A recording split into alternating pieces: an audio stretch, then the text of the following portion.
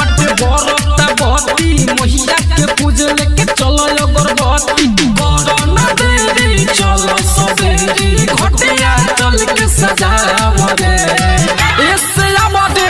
बिसे बोलावा रे दिसे दौड़ा लेके घाटे पहुंचाओ रे इससे आवादे बिसे बोलावा रे दिसे दौड़ा लेके घाटे पहुंचाओ रे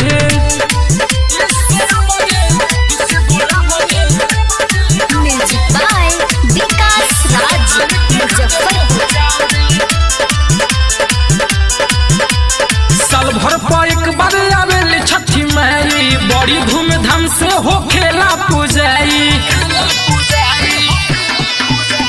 साल भर पर एक बार आवेली छठी माई बड़ी धूमधाम से हो खेला पूजाई छठी मैया के महिमा महान बाटे हो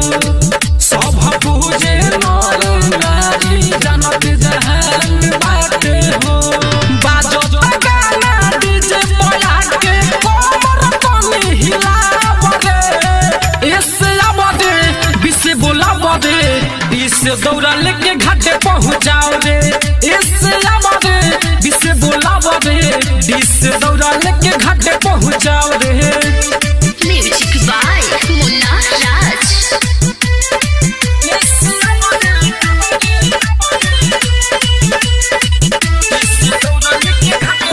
म्यूजिक बाय विकास राज मुजफ्फरपुर आबेले अडगले में सूरज गोसाई बदरा के चिरी दिल दर्शन देखाई आबेले अडगले में सूरज गोसाई बदरा के चिरी दिल दर्शन देखाई चंद्री मोहन है बतिया सुनो साचे कहेले जयराम जखमी रमेश मोइया लगे हरदम रहेले राजई स्टूडियो के गाना बजा के चंदन मुन के बोलाव रे इससे आवादे बिसे बोलाव रे दिसे दौड़ा लेके घाटे पहुंचाओ रे इससे आवादे बिसे बोलाव रे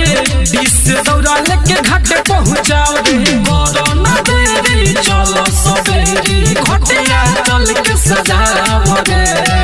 इससे आवादे बिसे बोलाव रे दिसे दौड़ा लेके घाटे पहुंचाओ रे